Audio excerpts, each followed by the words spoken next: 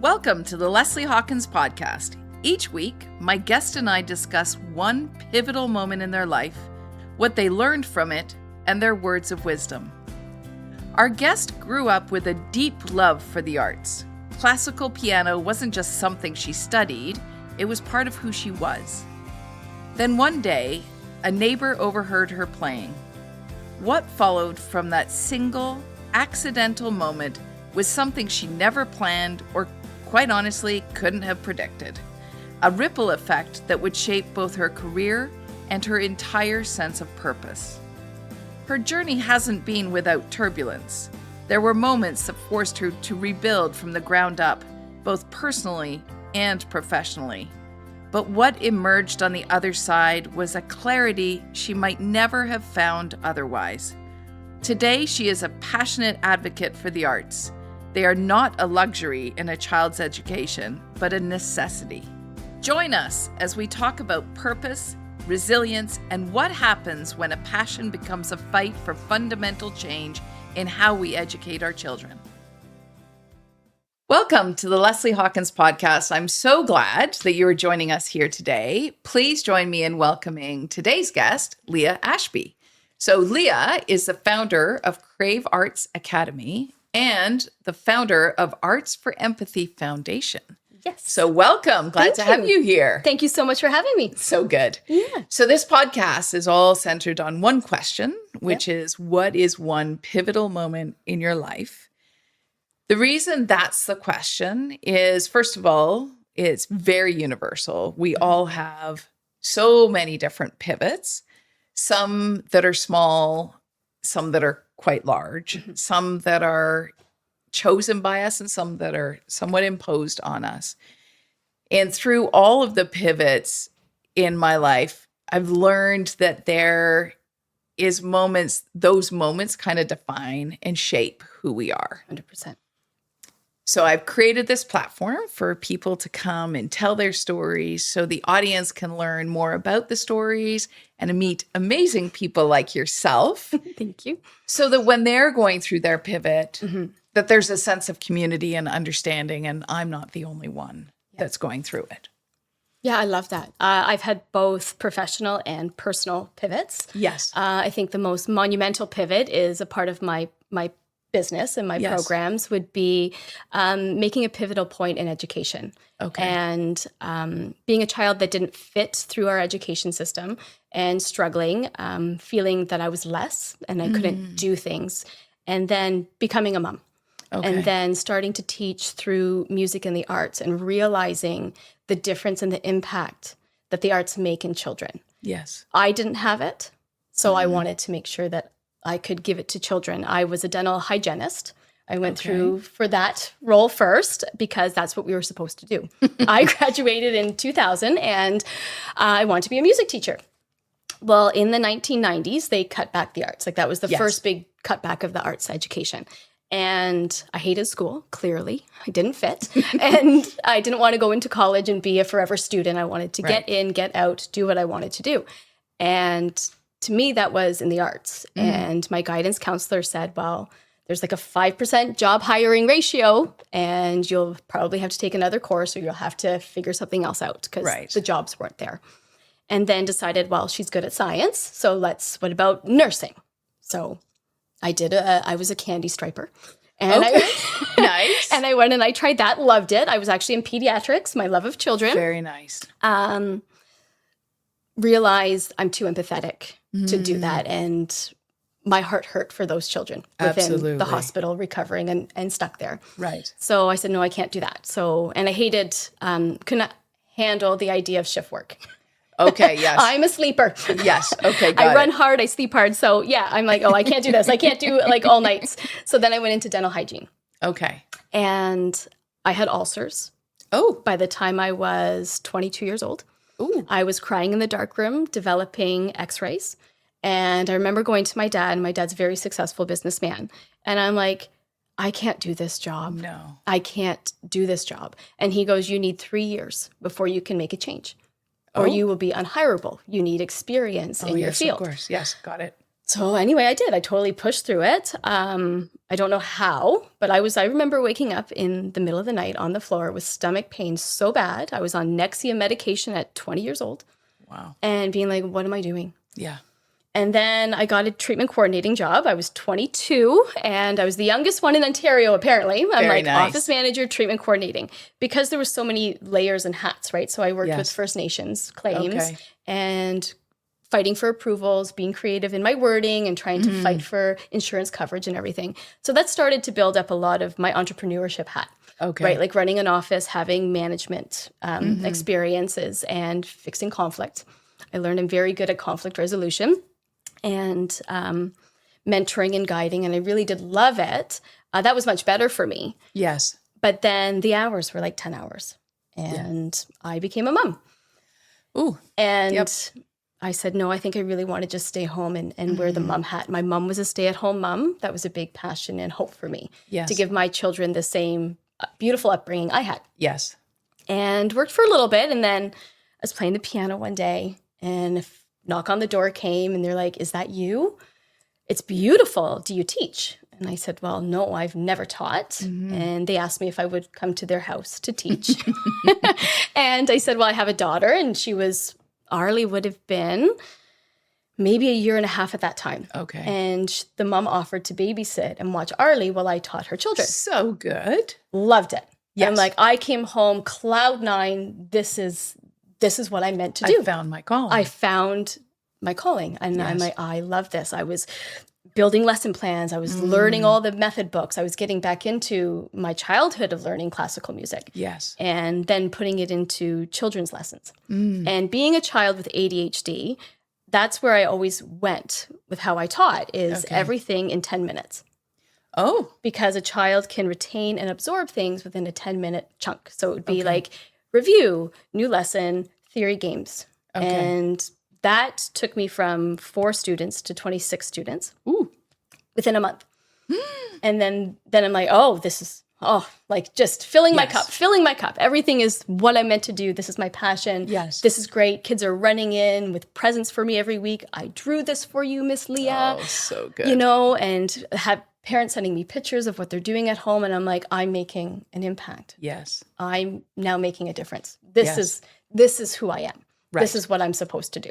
Right. I don't think I was ever designed to work for the man, Yes.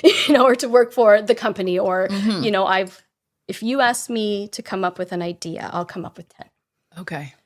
My mind is very, very creative that way. So Yes. that creativity took my 26 students to 200 in a year. And then from the 200, it grew to 400 within 4 years. That's incredible. Yeah. Okay, so you weren't doing this now. As you moved from 4 to 26, you were doing this in your house? Yep. Okay. Yep, I was doing it in my home. Yep, Okay. so I just started it in my home and then outgrew Amazing. it. Outgrew it. Okay, and then you actually opened up a studio. Then I did, yeah. Okay, and you've got 200, then you've got 400. Yep. And then what happened? I won the Canadian 150 Award for so Brantford in good. 2017 for my leadership. So once I grew it to that magnitude, I had 23 staff. And Amazing. we were a family. And I love that still, like 9 years later, after closing that academy and that chapter, they still are in connection. Oh, good. The core teachers from my school in Brantford is still there. And everybody's still like, me moving away. Yes. They're like, nobody's ever done what you've done in Brantford. Come back. Please come Right. back. It's amazing. Yeah. It's a great legacy. It is. It's amazing. Yes. Well, that's that making the impact, right? Yes. And having a program for a purpose. Yes. And just the little bit of enrichment and time I get with a child, I do hope it's impactful. Yes. And they hold on to that. Okay. Now, the students that you were teaching, were they all ADHD, or it didn't matter? Yep. No, it didn't matter. Same program. Yeah, I did work with a pediatrician in Brantford, and this is a big heart of mine. Is I feel parents are uneducated in the importance of the arts, and we always think what's the number one thing we want for our students is we want our children to be academic, Yes. right? We want them to go to university, make. Well, now pretty much 200,000 plus. Right. 100's not enough gate. anymore. Yeah. But that's what we want our kids to make. That we think that academics gives them the success through university. Correct. And that's what we want our kids to do. not all of our kids we can force to do that. So then generally I find the next thing was the sports. Like you look at all the community sports programs. Well, there's wait lists. And there's hundreds and thousands of kids that are in these summer programs of sports. Absolutely. Because we learned that, they have to be teams, they have to be athletic. So parents go from academics first to athletics second. Yes. And then if the child doesn't seem to fall into those two categories, we fall into the arts. Okay. And it's like, well, they're not academic, they're not athletic, so they'll be the arts kid. Okay. But I think the parents are uneducated in that, and I speak to many, and they're like, you are totally right, is because they've taken art so much out of our schools. And so if we don't value it in our core curriculum, why would we value it as an enrichment extracurricular? Right. And that's really where, it needs to be now, is it's an extracurricular, and it needs to be, thought about. So in Brantford, I did programs where it was music and art introduction. Okay. And I started to do group lessons. And I started to look at the economy, and I'm like, families can't afford private lessons. It's very, very expensive. So I did group lessons. But then what got me the 150 award was I took junior teachers in high school, and I mentored them as my students to be a junior teacher. And I reduced the tuition by half. Oh, very nice. So now I had this full program that didn't have limitations to families' financial situation. Yes. And that was really important to me, that it's just not one size fits all. Right. That everybody should know the importance of the arts, and everybody should have access for the arts. Right. And that's the nonprofit Arts for Empathy. Okay. Is that we have to stop the limitations, and we need to educate the community. Well, and I mean, I grew up in a household where it was like university was non-negotiable. Yeah. Business was, that's where the jobs are. Yeah. Now, thankfully, I was inclined in both directions.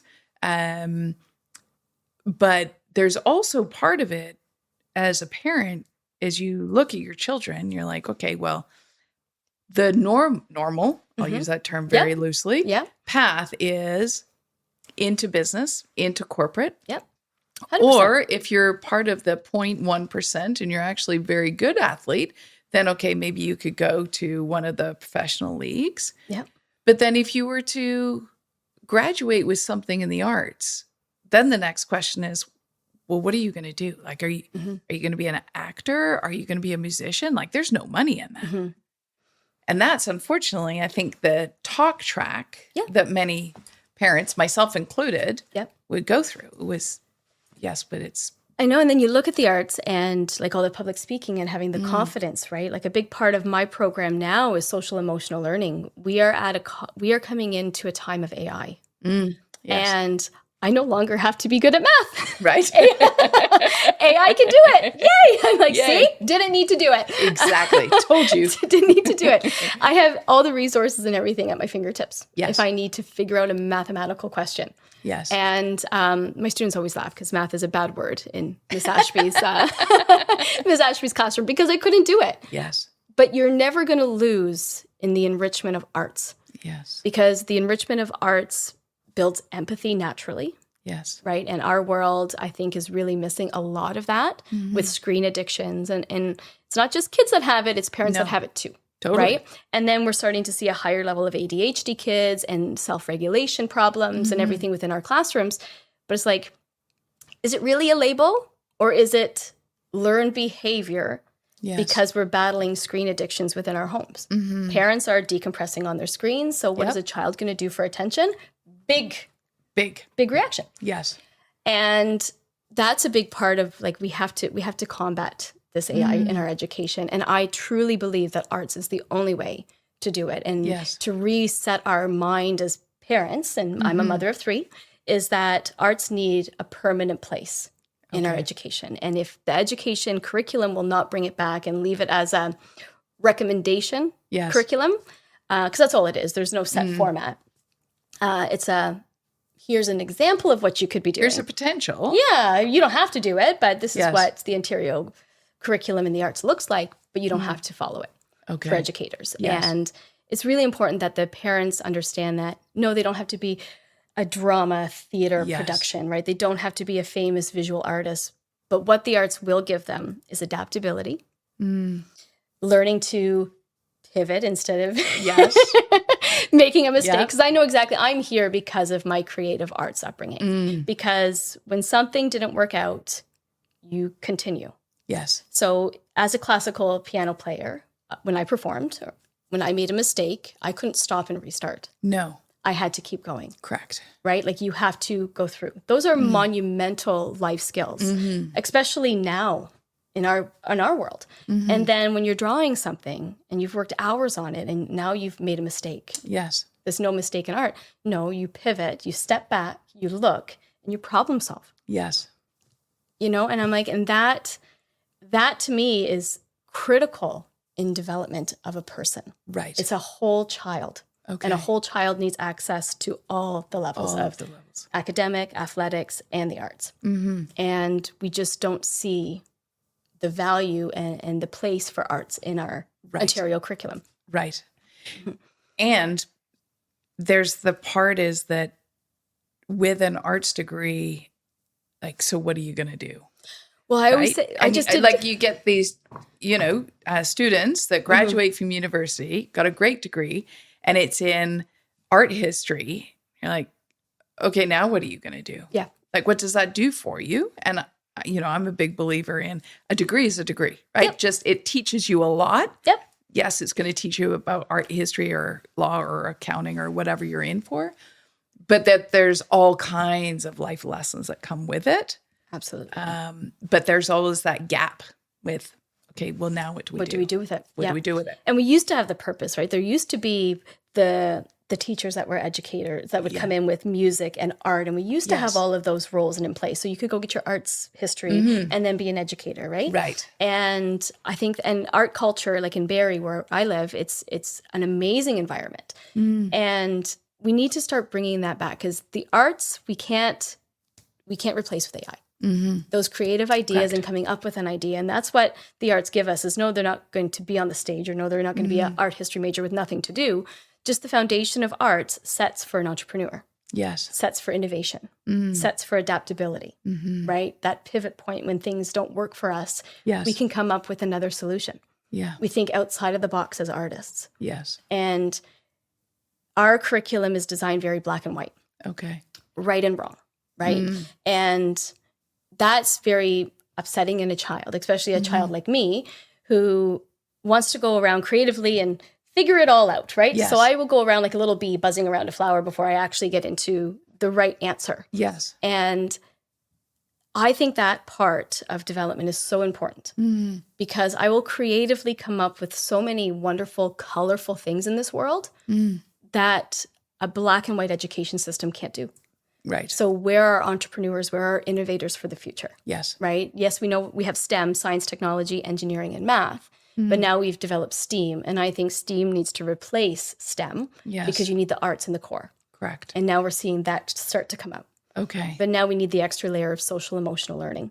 Okay. And then we have a beautifully rounded child. And no, not going to be an art history major, but could be the next inventor or creator in the world. Right. Because they had that arts. Yes. And because they learned that when something went wrong in the arts or you made a mistake, I just did Moana musical. Oh, nice. And it was a live Moana musical and you don't stop. No. Like if you forget your lines, if you mess up, you keep going. You recover. Yes. And the children today don't recover. And I've been teaching for 18 years. They shut down. And they don't know how to come back after failure. They take failure as such a hurt to their soul, right? And I'm like, that breaks my heart because all my pivots in my life have happened directly because of loss and failure. Yeah. And when you make the choice or forced to pivot, it's usually at a lull. Yes. It's usually at a fall or a collapse of something in your life, either emotionally, you can't take this role, like me as a hygienist. Yes. I couldn't take being a hygienist anymore. No. It was not working on my health. It was making me sick. I wasn't wired to do that job. I was told I was. Yes. But it wasn't me. No. And the fall of that, you pivot. Right. Right? And that's a beautiful thing. And when we look at failure and loss and struggle, if we stay there, yes, it can ruin our lives. It can. But when you have the strength to pivot and creatively come up with a solution, Mm-hmm. you can thrive in those moments. Right. And the reality is AI or not, Mm-hmm. the future of every economy is based on innovation. 100%.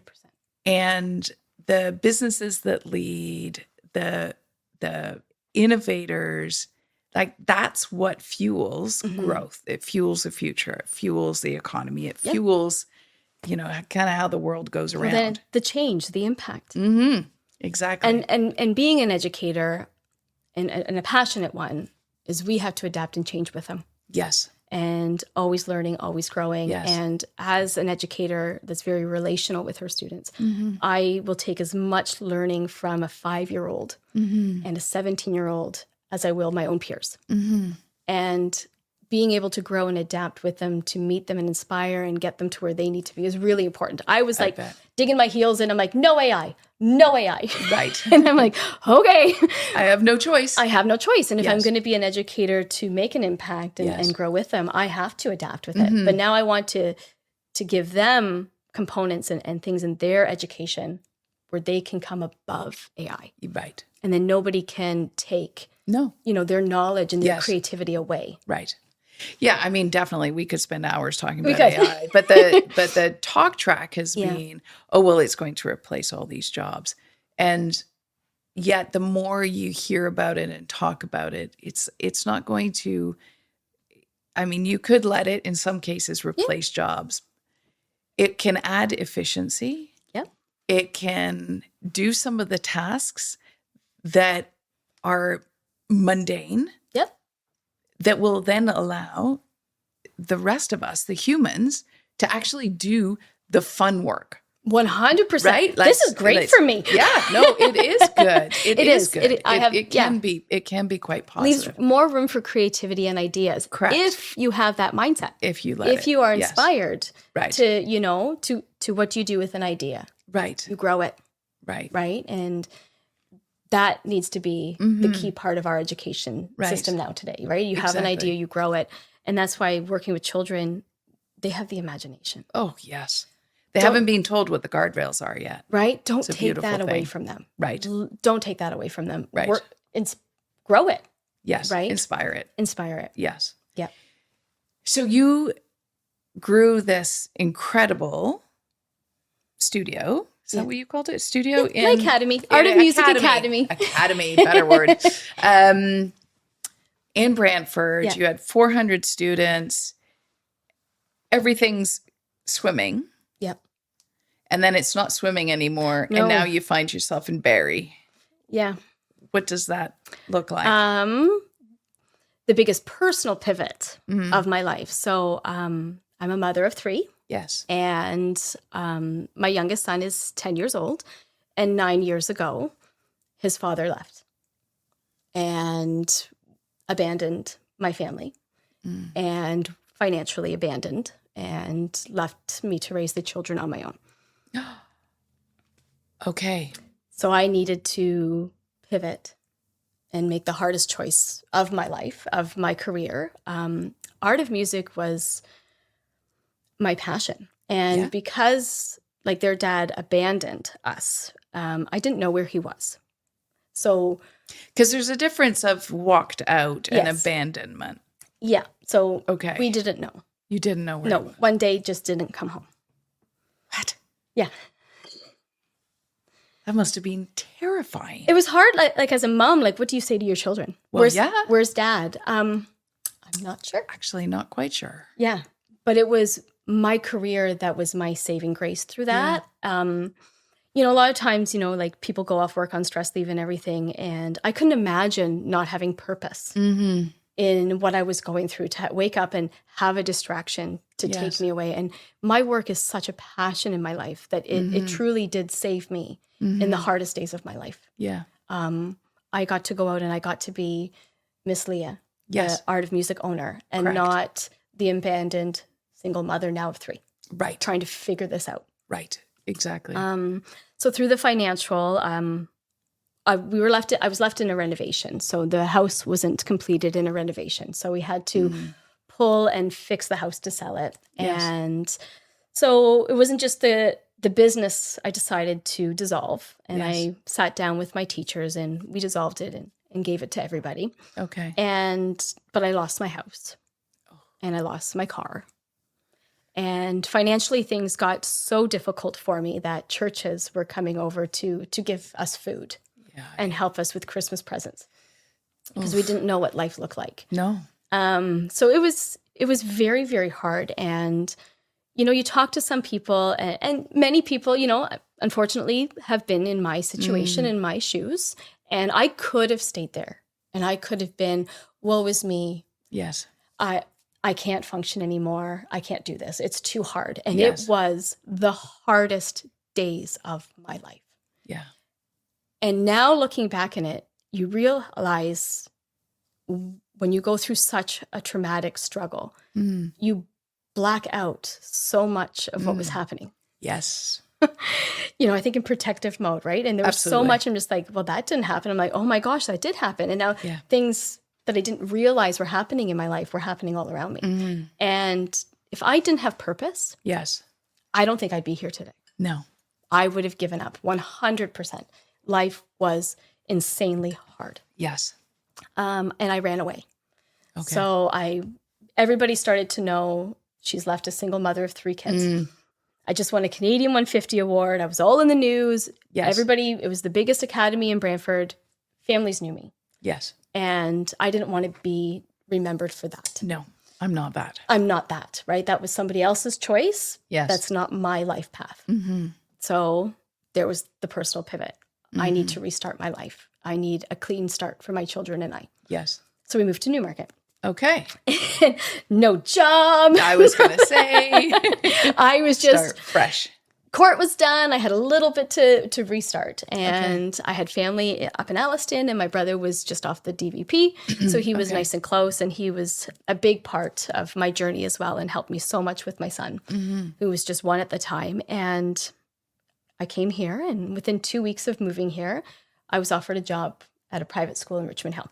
Nice. And that private school, Sentry, they gave all 3 of my children a scholarship to the school because I was very honest. I'm like, I'm all they have. Yes. So if they're sick, I can't be here. Right. Right. So just full disclosure, full honesty. This is where I'm at. This is who I am. Yes. If this works for you, I would love to be here. And if not, I do get it. Right. And so I was there for 4 years. Amazing. Went through the pandemic all there. That was very interesting. Yes. Being in a new town, single mother of 3. Yes. Everybody remote learning. Yes. Me full-time remote teaching. Correct. Nobody in my corner. That's a lot. What have I done? What have I done? Yes. But we did it. We danced every day. Yep. We danced. We cooked authentic food, and we did. We figured it out. You figured it out. And then I moved to Barrie. Okay. And then I started. I realized working with the school within the first 6 months of me working there. Pull her into the board meetings. Oh. I'm like, oh, okay. Sure. So I went in the board meetings. I'm like, that's not a good idea. No, you should do this. And why don't you do this? Why isn't anybody doing this? And I started to build their business. But I wasn't taking compensation for it. No. I was giving all my ideas and my business sense and my arts and my creativity for somebody else to succeed. And I'm like, I'm just not made to do this. No. And because creatively and building things and developing programs is what I'm wired to do. Yes. And so I took the biggest risk of my life and I went back to entrepreneurship as a single mother. Ooh. Oh, entrepreneurship is not for the faint of heart, nor is being a mother, but okay. Yep. Because That's again, amazing. for me, Yes. I needed to do it for me. Right. It wasn't a feel good. It wasn't giving me purpose. Right. I was doing something for somebody else to take benefits in my work. Okay. Yeah. So then you moved to Barrie. Did you start your own? Yep. That's where So Crave Arts. that's Crave Arts comes from. Yeah. Okay. So Crave Arts is because I craved so long to have it back. Yes. Yeah. So Okay. I craved I've had Crave Arts now for 4 years. So I was out without entrepreneurship for 5. Okay. Barely survived it. I am an entrepreneur. I am very much the woman that wears many, many hats. And I love it and I thrive in it. Okay. Yeah. And so when you move to a new, I joked earlier, but you are the queen of the pivots, right? Every time there's that didn't work. That didn't work. Let's keep pivoting and pivoting. I like it. Queen of the pivots. Queen of the pivots. When you move to Barrie, then like every time you move towns, in essence, you're starting again. Yeah. And so the starting again, was it, I'm starting Crave Arts, and I'm going to try and replicate what you had built in Brantford? Is that the right idea? See, no, that's it was creating totally different. Yeah, because it just grew and evolved. I still, Yeah. went from just being a piano teacher to going and teaching concert band, and then I grew into like ukulele, voice, choir. Okay. I just continued to grow through the music.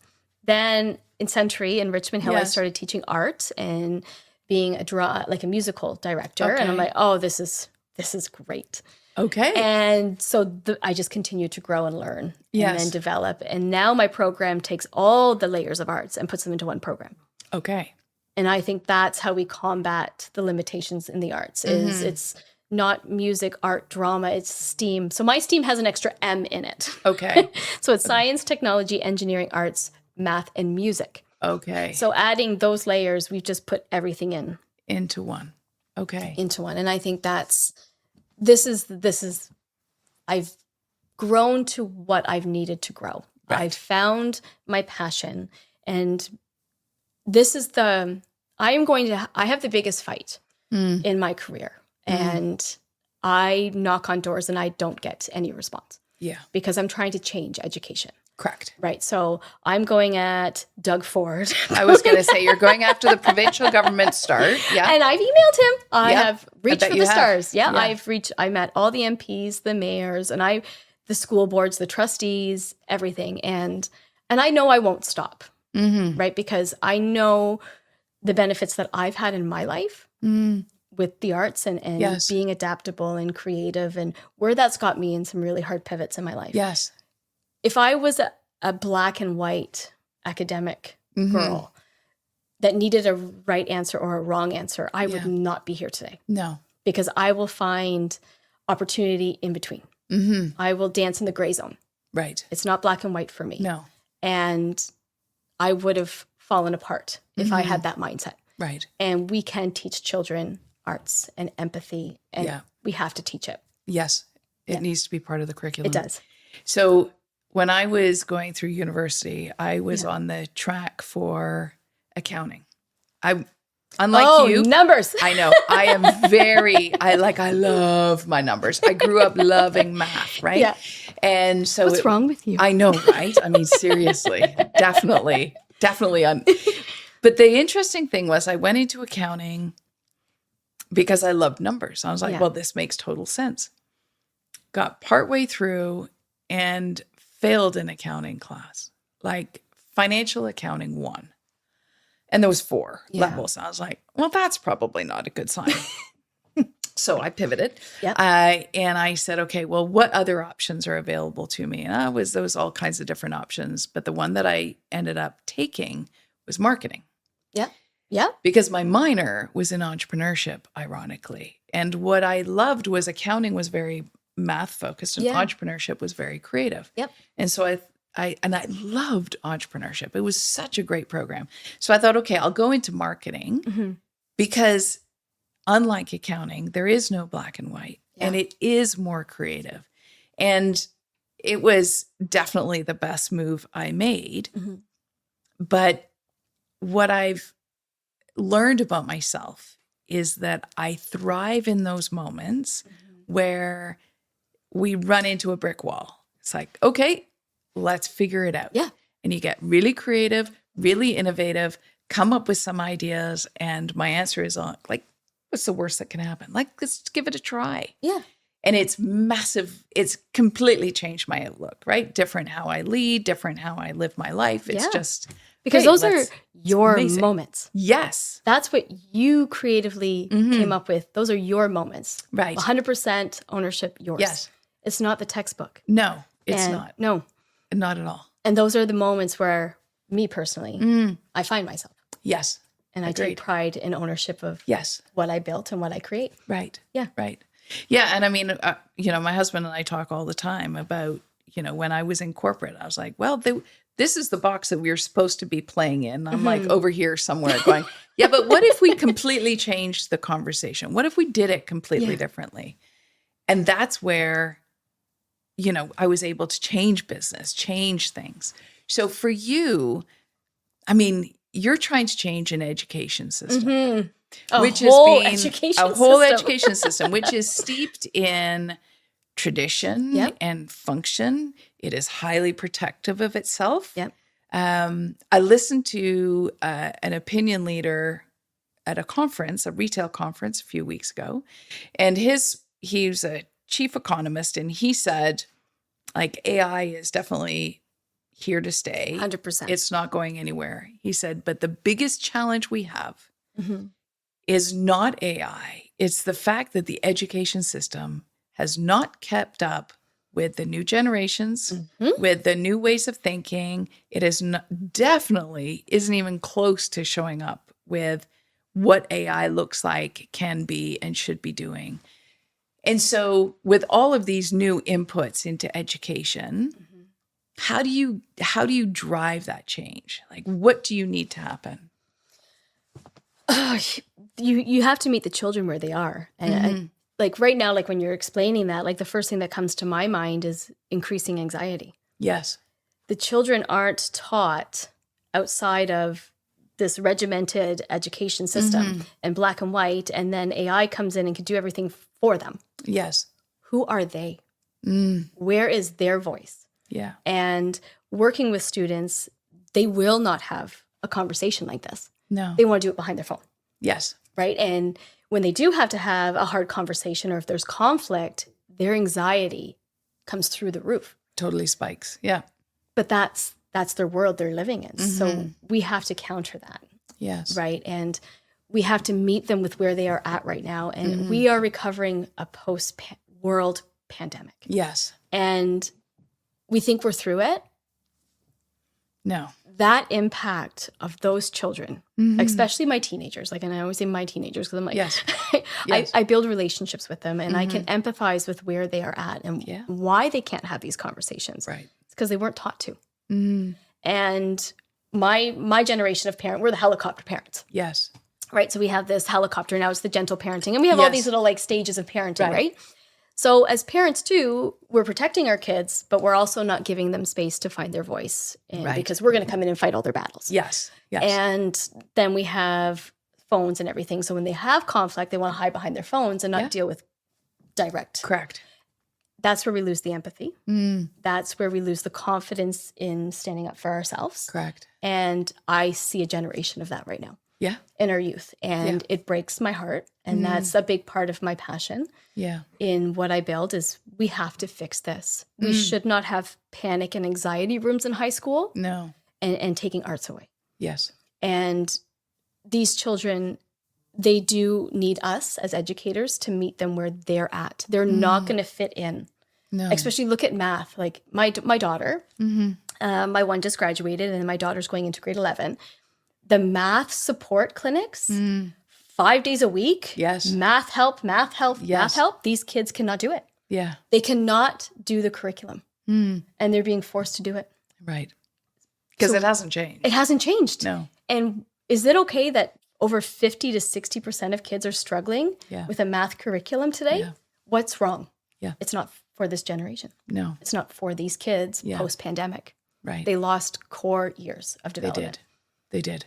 Yeah, there's a good couple of years in there where, they didn't get the benefit of human interaction and everything that goes with it. Well, this. Yes, exactly. Where you didn't see anything other than people's eyes. And the lack of empathy and reading somebody's facial. Correct. Like, I remember that was the hardest part for me, because I am very intuitive and I look at body language and I look at things. And for the first time ever in my career, I couldn't remember the students' names. Yeah. When all the little new kindies would come in, I'm like, okay, who's that? Right. And then they take their mask off, and it was just like a whole like new person. Yes. And we went through years of that. So of course these children have a big chunk missing. Yes. And I think it really is the social emotional learning. Right. And their voice. Yes. And who they are and what they like, and not being told to do this. Correct. So For those parents that are listening who are like, yes, Leah, I know exactly what you're saying. I'm all on board. Yeah.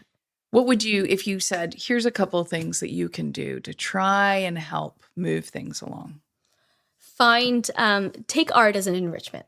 Okay. Look at art as a need and a requirement and a level of enrichment that can be found on many different financial scale levels. Okay. Any child can be enriched in the arts, from group classes to private classes to music classes, art, drama, community theater, anything. Yes. But find a place for them to have their creative outlet. Okay. Because they will find themselves in the gray space between. Yes. And not always be right and wrong. Okay. And find their voice, their words, their connection and community through the arts. Yes. And that will help with confidence. Yes. That'll help with adaptability. That'll help them pivot in their life when things get hard. Yes. But there's lots of other opportunities, right? Right. And to learn through failure, not shut down in it. Yes. That we learn and grow and pivot through failure. And that's the best way to learn and succeed in this world. Yes. Is to pivot and adapt when things don't work out as you think they are.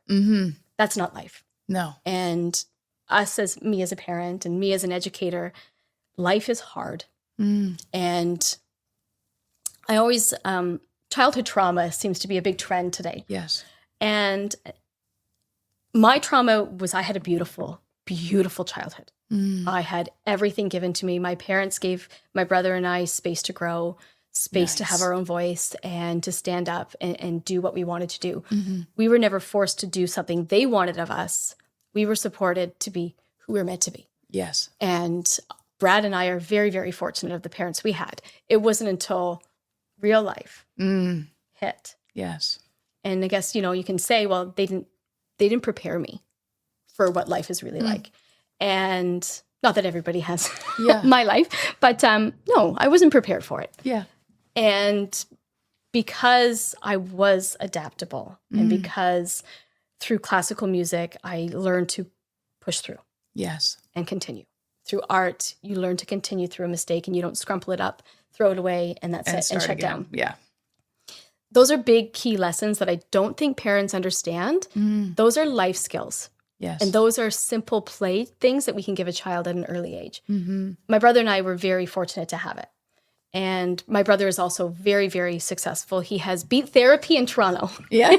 So he's a house music DJ and he believes in endorphins through dance. Yeah. And he opens up block venue parties and just random spots to bring people together to dance. To reduce anxiety, to reduce stress. So good. In our age, in our generation, because nobody dances anymore. No. Nobody does this anymore. They don't. Yeah. And all those little things matter. Right. And that's again another creative outlook. Dance, art, all of those things. So parents, every child needs art. Yes. And there's Arts for Empathy. There's funding programs. There's the Love Jane Foundation in Burlington. Like there's lots of arts for families that can't afford it. Okay. There's lots of foundations like Jumpstart. Yes. That they can apply to and make sure that children have access to it. Okay. And I think that's how we can prepare our children for this next chapter. Yes. With AI. Okay. And so if you are Doug Ford, if you're the leader of the provincial government or the federal government, what would you want them to do? Well, they don't. So right now, Doug Ford just gave out $780 million in STEM education for post-secondary. Okay. They were not looking at the whole. Yeah. That's just the top of the cake. That's the icing. Yes. But what about the foundation? And when we look at education, we're not going to fix the icing. We're not going to fix post-secondary right now. The money needs to be invested in early childhood education. Yes. And then we grow and we filter up. Okay. Yeah. So we want an immediate fix. Right. Right. We want to see results. We want to fix it now. But that's not long-term. It's got to be a long-term game. It's got to be a long-term game. And that's the foundation up. Yes. Okay. Yeah. So that's that's my thing. And I would love to sit down with Doug Ford and be like, hey, let's have a chit chat. you just give all this money for STEM, which yay, I love it because this is innovation. This is what we need. Yes. but you couldn't give just a little bit Yeah. down to build and follow the development of it Yes, exactly. for sustainability. Yeah. Right? Exactly. Yeah. We got to start when the kids are younger, You not have post-secondary. to. You Yeah. can't. You can give, some, Yes. absolutely, to fix the problem now, right? Because we do have the problem. We look at Yes. all the mining and everything, like Yes. the trades and everything. We do have those type of jobs right now. We're in a panic. Yes. We're in an economic downturn, and we need innovators. Right. We need industry. Yes. And those are going to be your creative people coming in with ideas to bring opportunities to Ontario. Right. Yeah. Okay. All right. My last question for you is, what would be, from all of the pivots that you've had, what would be your words of wisdom for the audience? When you have a passion, stay with it. When it is your heart and your purpose, stay with it. And there will be struggles, there will be hard times, but the little moments and each little thing that you succeed in, it ignites this beautiful part of you. Yes. And this community and this generation, we need people to make an impact. We need to inspire others. We need to support others. We need to lift everybody up. It's a very selfish world. Yes. We have cell phone addictions, right? And everything is very selfie this, me this, Yes. self-love, all of this. Yes. And I don't think we're really seeing the world around us. And when you have the connection in community and support, it's a beautiful thing. And empathy is the heart of my foundation. Yes. And make an impact, stay with it, check on somebody every day, right? Take time for somebody else in your day. Yeah. I think we've lost that. I think we have as well. Yeah. I agree. And we need to bring that back. Yeah. Okay. Well, thank you. Thank you for sharing your story, your pivot. Your passion is palpable. Like, it's oozing everywhere. I grew up playing piano, was not very good at it, but I do. You don't have to be good at it. Don't have to be good at it. But I do remember doing my Conservatory of Music in Montreal and completely botching partway through. And you're right. You just have to keep going, because you can't stop and say, time out. Can I just redo this? Let me practice again. I fell off the bench. There you go. Right? I went up and I went to scoot down and went boop. Fell right in the middle. edge. I fell right off the bench in the middle of my song. So it is, right? And I got up and I'm like, teaches you, like, I got this. Yeah. And also you have to, the fight or flight too, right? Yes, like you have definitely. to push through some uncomfortable moments and that you're okay. That you're okay. You're okay. That is totally fine. Yeah, because you're going to be uncomfortable in many parts in your life. Many parts. And the arts give you that stage presence, like, it's just me up here. Oh, it's all on me. Yes. Yeah. And that it's okay. It's okay. Yeah. Well, thank you. I will be cheering hard for you for the arts. I think it's so important that it is integrated. There is so much, quite frankly, within our education system. Having a 21 and a 23-year-old, the last, 10 years or so, watching how they've struggled, where they've struggled, and it hasn't evolved. It hasn't changed to the degree that we need, that generations are demanding, that the economy needs. And I love your passion and your purpose of arts being at the core of really being an answer for how to change it. So we will be screaming from the rooftops to make sure everybody hears this episode and learns more about you at Crave Arts Academy. And I thank you. And I wish you nothing but continued success. Thank you so much, Leslie. So good. Thank you. Thank you for joining me today. Leah has certainly had some significant pivots, but at the core of it all is this insatiable love for the arts. Her passion is palpable as she just lights up talking about the true benefits of the arts. Her research is right on the mark that the arts need to be fully embedded and on equal footing within the education system as science, tech, engineering, and math. I wouldn't bet against Leah to make it happen. If this story resonated with you, please share it with someone you care about, and be sure to subscribe so you can continue to hear more pivotal stories involving one question, one turning point, one powerful story. I'll see you next week with another guest on the Leslie Hawkins Podcast.